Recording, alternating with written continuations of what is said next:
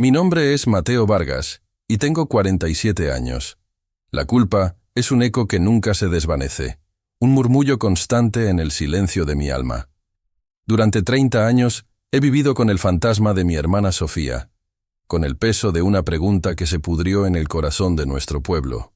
La fe que nos enseñaron a abrazar como un escudo se convirtió en una jaula, y yo he pasado cada día de mi vida buscando una llave que no sabía que existía. El frío de esta mañana de otoño en Segovia se siente igual que aquel de 1992, un frío que cala los huesos y parece susurrar secretos antiguos entre las piedras de la ciudad. Mi rutina es un ritual de penitencia autoimpuesta, un intento de mantenerme cerca del último lugar donde ella respiró. Cada mañana ayudo en la sacristía del convento de Santa Catalina de la Sierra, el mismo convento que se la tragó. El olor a incienso rancio y a cera de vela derretida es el perfume de mi memoria, un aroma que me transporta a una época en la que la inocencia aún no se había hecho añicos. El suelo de piedra helada bajo mis rodillas es un recordatorio constante del vacío que dejó su ausencia. Las campanas de la iglesia ya no suenan como un llamado a la oración, sino como un lamento fúnebre que solo yo parezco escuchar. Hoy era diferente. El abad me pidió que ayudara a limpiar el viejo campanario, una estructura que había sido sellada durante décadas por considerarse inestable. El polvo flotaba en los haces de luz que se colaban por las estrechas ventanas, danzando como pequeños espectros en el aire quieto. Mientras movía unas viejas vigas de madera apiladas en una esquina, mi mano rozó una piedra suelta en la pared. La curiosidad, una emoción que creía muerta en mí, me impulsó a tirar de ella. Detrás, en un pequeño hueco oscuro, yacía un objeto que detuvo mi corazón. Era un rosario de madera, pequeño y tosco, con cuentas desiguales talladas a mano. Lo reconocí al instante, era el rosario de Sofía. Yo mismo se lo había regalado en su 12º cumpleaños, tallado con una navaja de mi padre en una tarde de verano. Sentí la textura áspera de la pequeña cruz de madera en mis dedos, y el mundo a mi alrededor desapareció. 29 años después, un número impar y cruel, el pasado me golpeaba con la fuerza de una revelación divina y terrible. El peso de ese pequeño objeto en mi palma era insoportable, una reliquia de amor y una prueba de un secreto guardado con un celo mortal. Mi mente se llenó de imágenes, de su risa, de sus ojos llenos de una fe pura que el mundo no merecía. Recordé un titular de un viejo periódico local, El Adelantado de Segovia, que guardo en una caja de zapatos. El titular decía simplemente: 6 niñas desaparecen de un convento durante un retiro espiritual. El descubrimiento de este rosario no era una simple coincidencia, era un mensaje enviado a través del tiempo. Era un hilo del que debía tirar, sin importar el dolor que pudiera desentrañar. Sentí una mezcla de terror y esperanza, un cóctel venenoso que me quemaba por dentro. Si te interesan las historias donde la fe y el misterio se entrelazan, donde los secretos enterrados finalmente salen a la luz, suscríbete a este canal. Porque esta historia, mi historia, es un testimonio de que la verdad, como la fe, a veces exige un sacrificio. El año 1992 fue el último año de nuestra inocencia colectiva. En nuestro pequeño pueblo anclado en las faldas de la sierra, la vida giraba en torno al convento de Santa Catalina. Era nuestro centro gravitacional, el sol alrededor del cual orbitaban nuestras vidas, nuestras esperanzas y nuestros miedos. El convento no era solo un edificio de piedra y fe, era el corazón de la comunidad. Sus muros centenarios habían visto generaciones nacer, casarse y morir. Las monjas de la orden eran nuestras maestras, nuestras consejeras y, en muchos sentidos, las guardianas de nuestra moral. La vida estaba marcada por el calendario litúrgico, un ritmo sagrado de misas, procesiones y fiestas patronales. Recuerdo el olor a flores frescas en mayo durante las ofrendas a la Virgen, el sonido de los villancicos en Navidad resonando en la plaza del pueblo. Recuerdo la solemnidad del Corpus Christi, con las calles cubiertas de pétalos de flores formando alfombras efímeras para el paso del Santísimo. La fe era el aire que respirábamos, una presencia tangible que nos daba un sentido de orden y seguridad en un mundo que ya empezaba a cambiar demasiado rápido. Éramos una comunidad unida por la creencia compartida en que Dios nos observaba y nos protegía. Mi hermana Sofía era la personificación de esa fe. Con solo 12 años, poseía una devoción que avergonzaba a los adultos. Sus ojos brillaban con una luz especial cuando hablaba de los santos y los ángeles. Soñaba con convertirse en monja, con dedicar su vida a Dios dentro de aquellos mismos muros que la vieron crecer. Era una niña dulce y compasiva, amiga de todas, pero compartía un vínculo especial con otras 5 niñas del pueblo: Ana, Clara, Isabel, Lucía y Marta. Eran un pequeño rebaño, inseparables en la escuela, en la catequesis y en los juegos. Juntas formaban un coro de risas y secretos, unidas por la amistad y una fe infantil e inquebrantable. La semana de su desaparición, el convento organizaba un retiro espiritual especial para las niñas que se preparaban para la confirmación. Se llamaba el Retiro del Silencio y la Pureza, dirigido por una monja recién llegada, Sor Genoveva. Era una figura carismática y enigmática, con una mirada intensa que parecía penetrar el alma. Hablaba de una fe más profunda, de un camino de sacrificio y entrega total que solo unos pocos elegidos podían comprender. Las niñas, especialmente Sofía, estaban fascinadas con ella. La escuchaban con una atención reverencial, absorbiendo cada una de sus palabras como si fueran un evangelio. El retiro debía durar 3 días, desde el viernes por la tarde hasta el domingo por la mañana, cuando las niñas se reunirían con sus familias en la misa de clausura. Recuerdo la tarde del viernes como si fuera ayer. El cielo estaba cubierto de nubes grises y pesadas, y un viento frío barría las calles empedradas del pueblo. Acompañé a mi madre a dejar a Sofía en la puerta del convento. Mi hermana se despidió con un abrazo rápido y una sonrisa radiante. Me dijo que rezaría por mí, que en el retiro encontraría respuestas a preguntas que ni siquiera sabía que tenía. Fue la última vez que la vi. El domingo por la mañana, la iglesia estaba abarrotada. Las familias esperaban con impaciencia el final de la misa para abrazar a sus hijas. Pero cuando la ceremonia terminó, las 6 niñas no aparecieron. La Madre Superiora, una mujer anciana y de rostro severo, subió al púlpito con el rostro pálido. Sus palabras fueron un golpe seco y brutal. Nos dijo que las niñas se habían ido. No que se habían escapado, sino que se habían ido, como si se hubieran desvanecido en el aire. La confusión inicial dio paso a un pánico sordo, una incredulidad que se aferraba a la esperanza. La comunidad, tan acostumbrada a rezar en agradecimiento, comenzó a rezar con desesperación. Las velas que antes se encendían por devoción, ahora se encendían como faros en la oscuridad, con la esperanza de guiar a las niñas de vuelta a casa.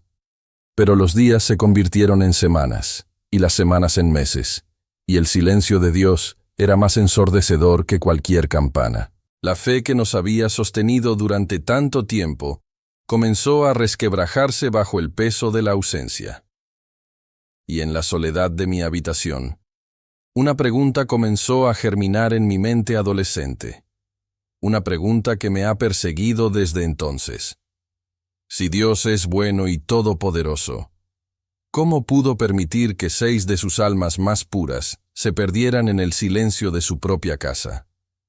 Los años que siguieron a la desaparición fueron una larga y lenta agonía. El tiempo, que se supone que cura todas las heridas, en nuestro caso solo sirvió para infectarlas. La ausencia de Sofía y las otras niñas se convirtió en una presencia constante, un fantasma que se sentaba a la mesa en cada cena familiar, un espacio vacío en los bancos de la iglesia. Los primeros años fueron los más frenéticos. La Guardia Civil peinó cada rincón del pueblo y los bosques circundantes. Voluntarios de toda la comarca se unieron a la búsqueda, gritando sus nombres hasta quedarse sin voz, con la esperanza de recibir una respuesta que nunca llegó. Las vigilias se convirtieron en una parte sombría de nuestra rutina anual. Cada aniversario de la desaparición, el pueblo se reunía en la plaza frente al convento. Sosteníamos velas que goteaban cera caliente sobre nuestras manos temblorosas, un pequeño dolor físico que nos distraía del dolor inmenso que sentíamos en el alma. Rezábamos el rosario, una y otra vez, las palabras convirtiéndose en un murmullo monótono y sin sentido. Al principio, estas vigilias estaban llenas de una esperanza desesperada. Creíamos que si rezábamos con suficiente fervor, Dios nos escucharía y obraría un milagro. Pero a medida que pasaban los años, la esperanza se fue marchitando, reemplazada por una resignación silenciosa y amarga. Las caras de los padres se surcaron de arrugas profundas. Sus ojos perdieron el brillo. Sus espaldas se encorvaron bajo un peso invisible. El convento, nuestro antiguo faro de esperanza, se convirtió en una fortaleza de silencio. La Madre Superiora y las demás monjas se encerraron en sí mismas, ofreciendo solo oraciones y evasivas. Sor Genoveva, la monja que dirigía el retiro, fue trasladada a otro convento en el sur de España, apenas unos meses después de la desaparición, una decisión que la diócesis justificó como un procedimiento rutinario. Cualquier intento de cuestionar lo que sucedió dentro de esos muros durante el retiro era recibido con un muro de silencio piadoso. Nos decían que debíamos tener fe, que los caminos del Señor son inescrutables, pero esa respuesta ya no era un consuelo. Era un insulto a nuestro dolor. Los rumores comenzaron a extenderse como la hiedra, enredándose en la reputación del convento. Se hablaba de todo, desde un pacto secreto hasta un accidente encubierto. Cada pista falsa era una nueva cuchillada en la herida abierta. Un año, un vidente afirmó que las niñas estaban vivas en una comuna en Francia, lo que llevó a varias familias a gastar sus ahorros en un viaje inútil y desgarrador. Otro año, encontraron ropa de niña en un pozo abandonado a las afueras del pueblo, pero resultó ser de una época anterior. Cada nueva esperanza era seguida por una decepción aún más profunda, un ciclo cruel que nos mantenía atrapados en el limbo del no saber. Con el paso del tiempo, el pueblo cambió. Algunas de las familias de las niñas desaparecidas se mudaron, incapaces de soportar los recordatorios constantes de su pérdida. La iglesia, que antes era el centro de nuestra vida social, comenzó a vaciarse.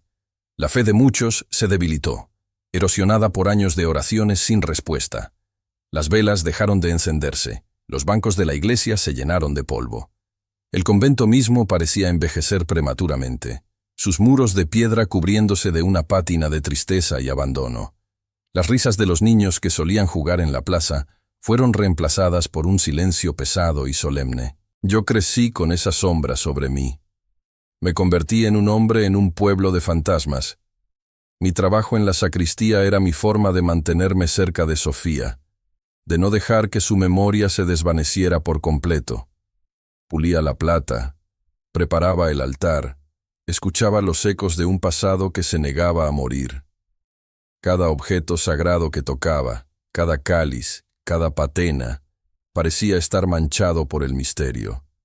Me preguntaba si alguno de esos objetos había sido testigo de lo que realmente sucedió. Si las paredes pudieran hablar, ¿qué secretos contarían? La fe que me habían inculcado desde niño se convirtió en una batalla diaria, una lucha constante entre la esperanza de la resurrección y la realidad aplastante de la tumba vacía. Y cada noche, antes de dormir, la misma pregunta volvía a atormentarme, una pregunta que se hacía más fuerte con cada año que pasaba. ¿Es la fe una virtud que nos acerca a la verdad? ¿O es un velo que nos ciega ante ella? La crisis llegó, como suelen hacerlo las tormentas, después de un largo período de calma opresiva. 30 años de silencio habían erosionado mi fe hasta convertirla en un paisaje árido y desolado. La lealtad a la iglesia, a la institución que me había formado y que había sido el pilar de mi familia durante generaciones, se sentía ahora como una traición a la memoria de mi hermana. El amor a Dios y la necesidad de justicia se habían convertido en dos fuerzas opuestas que me desgarraban por dentro. La balanza, que durante tanto tiempo se había inclinado hacia la fe ciega, comenzó a ceder bajo el peso de una duda insoportable. Necesitaba la verdad, no como un acto de venganza, sino como un acto de amor. Necesitaba liberar a Sofía y a las otras 5 niñas del limbo del misterio en el que habían estado atrapadas durante 3 décadas. El descubrimiento del rosario de Sofía en el campanario fue la primera grieta en el muro de silencio. Ya no era solo una cuestión de fe o de rumores. Tenía en mis manos una prueba física, un objeto que conectaba a mi hermana con un lugar secreto dentro del convento. Durante semanas, el rosario no se apartó de mi lado. Lo sostenía en mi bolsillo mientras trabajaba. Lo ponía en mi mesita de noche mientras dormía. Era un ancla que me mantenía firme en mi resolución.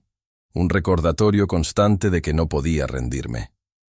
Comencé a observar el convento con otros ojos, no como un lugar sagrado, sino como la escena de un crimen. Cada piedra, cada sombra, cada puerta cerrada parecía esconder una pieza del rompecabezas. Mi búsqueda me llevó a los archivos parroquiales, una habitación polvorienta y olvidada en el sótano de la rectoría. Pasé noches enteras revisando viejos libros de contabilidad, registros de bautismos y actas de reuniones, buscando cualquier cosa que pudiera estar fuera de lugar en el año 1992. Y entonces lo encontré. No era un diario ni una confesión, sino algo mucho más mundano y, por eso mismo, más revelador. Era una serie de facturas de un constructor local, fechadas en los meses previos al retiro. Las facturas detallaban la compra de una cantidad inusual de materiales de construcción, ladrillos, cemento, vigas de madera, y también de elementos extraños para una simple renovación, como una puerta de acero reforzado y un sistema de ventilación. Lo más sospechoso era que el pago no había sido autorizado por la Madre Superiora de la época, sino directamente por Sor Genoveva, utilizando fondos de una donación privada que nunca fue registrada en los libros oficiales del convento. Presenté mis hallazgos al padre Miguel, el párroco actual. Un hombre bueno, pero temeroso de la autoridad del obispado. Vio las facturas. Sintió el peso del rosario de Sofía en su mano. Y en sus ojos vi el mismo conflicto que me consumía a mí. La lealtad contra la verdad. El miedo contra la conciencia. La noticia de mis descubrimientos se extendió por el pueblo como un reguero de pólvora. La comunidad, que había estado dormida en una resignación letárgica, despertó de repente. Las viejas heridas se reabrieron, y con ellas, la desconfianza. Algunos me acusaron de blasfemo, de remover el pasado para manchar el nombre del convento. Otros, especialmente los familiares de las otras niñas, me vieron como una nueva esperanza, un instrumento de una justicia tardía. El pueblo se dividió en 2 bandos. Los que preferían el consuelo de la ignorancia y los que exigían la luz de la verdad, por muy dolorosa que fuera. Las discusiones se producían en la panadería, en el bar, a la salida de misa. La sospecha flotaba en el aire, envenenando las relaciones que habían tardado décadas en sanar. Empecé a sentir el peso de la responsabilidad. No solo buscaba a mi hermana, ahora llevaba sobre mis hombros las esperanzas y los miedos de todo un pueblo. Mi lucha personal se había convertido en una cruzada pública. La fe que una vez me había abandonado ahora se ponía a prueba de una manera nueva y terrible. Ya no se trataba de creer en un Dios silencioso, sino de creer en mi propia capacidad para sacar la verdad a la luz.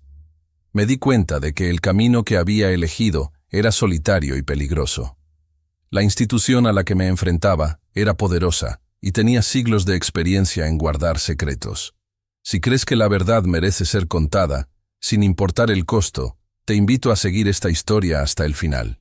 Porque a veces, la fe no consiste en aceptar respuestas, sino en atreverse a hacer las preguntas correctas.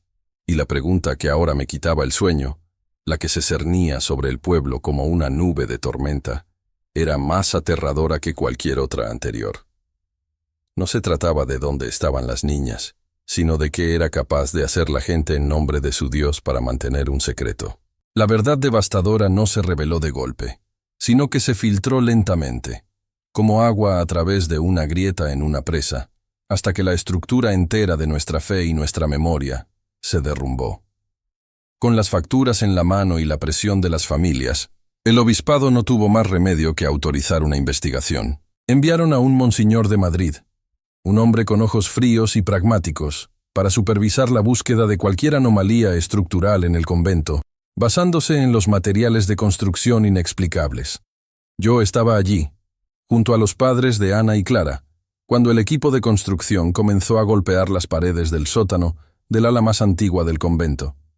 El sonido de los martillos contra la piedra era como el latido de un corazón nervioso. Después de 2 días de búsqueda infructuosa, uno de los trabajadores notó que el suelo de una antigua despensa de alimentos sonaba hueco.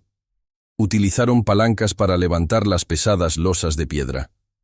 Debajo, cubierta por una capa de tierra y escombros, encontraron la puerta de acero reforzado de la factura. Estaba cerrada con un cerrojo oxidado pero formidable. El silencio en el sótano era total, roto solo por el sonido de nuestra respiración contenida. Cuando finalmente lograron abrir la puerta, una ráfaga de aire viciado y frío, un aliento fétido de tiempo estancado, salió del interior. El olor era una mezcla nauseabunda de humedad, moho y algo más, algo indefiniblemente orgánico y dulce, el olor a descomposición. Lo que encontramos dentro no fue una tumba, sino algo mucho más perturbador. Era un sótano oculto, una habitación que no aparecía en ningún plano del convento. Las paredes estaban desnudas, pero el espacio estaba amueblado de forma rudimentaria. Había 6 pequeños jergones en el suelo, una mesa larga con 6 sillas y una pizarra en la pared. Era una especie de aula clandestina, una celda comunal. Sobre la mesa, cuidadosamente apilados, había 6 cuadernos. Eran los diarios de las niñas. Mi corazón se detuvo cuando vi el de Sofía, con su nombre escrito en una caligrafía infantil y esmerada en la portada. Monseñor nos prohibió tocarlos hasta que llegara la policía científica, pero yo no pude obedecer. Tomé el diario de mi hermana con manos temblorosas. Al abrirlo, una pequeña estampa de un ángel cayó al suelo. Las páginas estaban llenas de su escritura, describiendo los primeros días en esa habitación con una mezcla de miedo y emoción. La traición estaba allí, escrita con la tinta de la inocencia. Sor Genoveva las había llevado a ese sótano la primera noche del retiro. Les dijo que eran especiales, que habían sido elegidas por Dios para una misión secreta. Les explicó que el mundo exterior se estaba volviendo corrupto y pecaminoso, y que ellas, las almas más puras, debían ser protegidas en ese refugio sagrado para preservar la verdadera fe. Las llamó las novias del Apocalipsis, las guardianas de la luz en un mundo que se hundía en la oscuridad. El diario de Sofía y los de las otras niñas contaban la misma historia. Al principio estaban llenas de un fervor religioso. Creían en las palabras de Sor Genoveva. Pasaban los días en oración, estudio y silencio, convencidas de que estaban participando en algo grande y santo. La monja les traía comida y agua cada día, y les aseguraba que pronto, en una fecha que solo ella conocía, serían llamadas a salir para reconstruir la iglesia sobre cimientos puros. Pero a medida que pasaban las semanas y los meses, el tono de los diarios cambiaba. La emoción inicial dio paso a la duda, y la duda a la desesperación. Comenzaron a cuestionar a Sor Genoveva, a preguntar por sus familias. La monja respondía con castigos, con ayunos forzados y con sermones cada vez más delirantes sobre la importancia de su sacrificio. La fe había sido el arma y la jaula. Sor Genoveva había utilizado su devoción, su confianza y su amor a Dios para manipularlas y mantenerlas prisioneras. Las había convencido de que su silencio era un acto de obediencia sagrada, que cualquier duda era una tentación del diablo. Las había aislado del mundo, no para protegerlas, sino para controlarlas, para alimentar su propia fantasía mesiánica. La parte más difícil de leer fue el final. En las últimas páginas la escritura de Sofía se volvía débil y temblorosa. Hablaba de la enfermedad, de la tos que no se iba, de la fiebre que consumía a Clara y a Lucía. Hablaba del hambre y del frío. La comida que Sor Genoveva les traía era cada vez más escasa. El final no fue violento en el sentido tradicional. Fue una lenta y cruel extinción, una muerte por negligencia, por enfermedad y por inanición, mientras su carcelera las observaba, convencida de que su sufrimiento era una forma de purificación. La última entrada en el diario de Sofía era una sola frase, escrita con un esfuerzo terrible. Tengo frío, mamá, tengo frío. Unos días después, el periódico local, el mismo que 30 años antes había anunciado su desaparición, publicó un artículo con un titular que sacudió a toda España. El titular decía: Descubren los diarios de las niñas perdidas de Segovia. El sótano secreto del convento revela una historia de fanatismo y cautiverio. El artículo detallaba el contenido de los diarios, la historia de su reclusión y su lento declive. No había habido un asesinato, pero sí una condena a muerte, dictada por el delirio de una mujer que se creía una santa. El impacto en la comunidad fue cataclísmico. El dolor de la incertidumbre fue reemplazado por el horror de la certeza. Saber la verdad fue, en muchos sentidos, peor que no saber nada. La fe de todo el pueblo, ya frágil, se hizo añicos. Miré el crucifijo en la pared de mi casa, el mismo ante el que mi madre había rezado durante 30 años, y por primera vez en mi vida, no sentí ni consuelo ni ira, solo un vacío inmenso. La pregunta sobre si la curación era posible parecía una burla. ¿Cómo se puede sanar una herida que ha envenenado el alma de una comunidad durante una generación entera? Las secuelas del descubrimiento fueron un terremoto que sacudió los cimientos de nuestro pueblo y de la Iglesia en España. El escándalo fue noticia nacional durante meses. La diócesis emitió comunicados de prensa llenos de consternación y promesas de transparencia, pero para nosotros, sus palabras sonaban huecas y tardías. Sor Genoveva, ahora una anciana de más de 80 años que vivía en un convento de clausura en Andalucía, fue detenida. Su juicio fue un espectáculo mediático que reabrió todas nuestras heridas. En el tribunal se mantuvo impasible, con la mirada perdida, afirmando hasta el final que solo había seguido la voluntad de Dios. Fue declarada culpable de secuestro y homicidio por negligencia, pero debido a su avanzada edad y su aparente demencia senil, no fue a prisión, sino a una institución psiquiátrica penitenciaria. No hubo justicia real, solo un final patético y decepcionante para una tragedia inmensa. Para las familias, la revelación fue una mezcla de alivio y horror, el alivio de saber por fin la verdad y el horror de los detalles de esa verdad. Los pequeños ataúdes blancos, 6 en fila, en un funeral que se celebró 30 años tarde, fueron la imagen más desoladora que he visto en mi vida. La iglesia estaba llena, pero no era una congregación unida en la fe, sino un grupo de personas rotas, unidas por el dolor compartido. El obispo presidió la ceremonia, hablando de perdón y de sanación, pero sus palabras rebotaban en el silencio de nuestro sufrimiento. ¿Cómo perdonar lo imperdonable? ¿Cómo sanar cuando las cicatrices son tan profundas que se han convertido en parte de lo que eres? Yo mismo luché por encontrar un camino a seguir.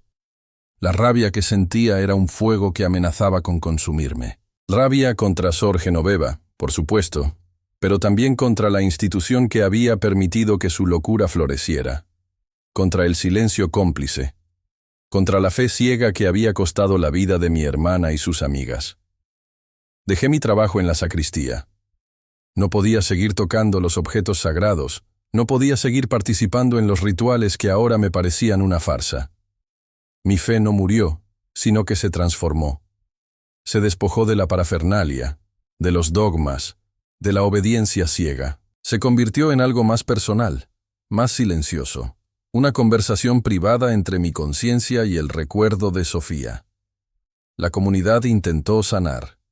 Se colocó una placa de bronce en la entrada del convento con los nombres de las 6 niñas, un recordatorio perpetuo de lo que nunca debe volver a ocurrir.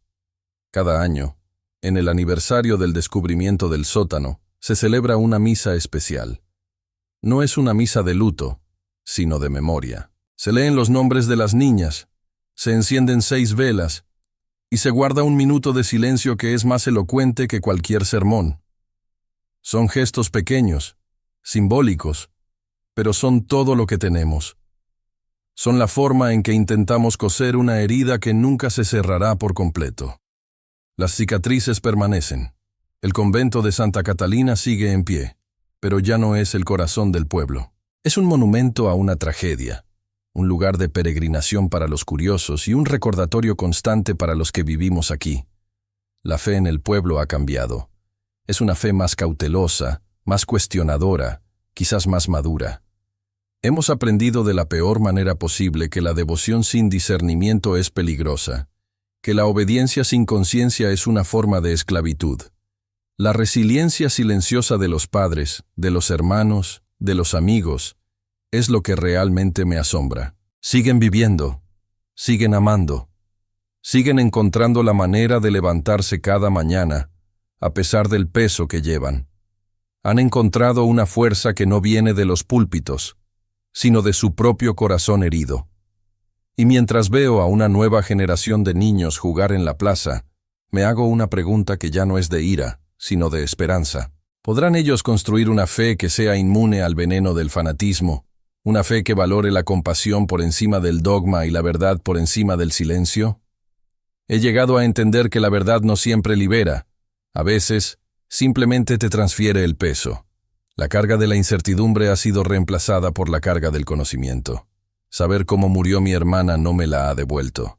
No ha borrado 30 años de dolor, pero me ha permitido llorarla de verdad, no como a un fantasma, sino como a la niña que fue. He vuelto a la iglesia, no como sacristán, sino como un simple hombre que busca un poco de paz en el silencio. A veces me siento en el último banco y miro la placa de bronce con el nombre de Sofía. En su honor, y en honor a las otras 5 niñas, las familias hemos creado una pequeña fundación. Su propósito es educar sobre los peligros del extremismo religioso y promover una fe basada en el pensamiento crítico y la compasión. Es nuestra forma de transformar el dolor en algo constructivo, de asegurarnos de que su sacrificio no fue en vano. Cada año organizamos una ceremonia sencilla en el bosque, lejos de la solemnidad opresiva de la iglesia. Leemos poemas, compartimos recuerdos y soltamos 6 globos blancos al cielo. Es un ritual nuestro, un símbolo de liberación y memoria. Es nuestro intento de reclamar la espiritualidad del control de la institución. La fe, he aprendido, no es un refugio seguro. Es un camino peligroso lleno de dudas y preguntas. La verdadera prueba de fe no es creer cuando todo es fácil, sino seguir buscando la luz en la más profunda oscuridad. Y al final de todo, mientras miro al cielo y recuerdo la sonrisa de mi hermana, me quedo con una última pregunta. Una pregunta que les ofrezco a ustedes. En sus propias vidas, en sus propias comunidades, ¿qué muros de silencio necesitan ser derribados para que la verdad, por dolorosa que sea, pueda finalmente sanar lo que está roto?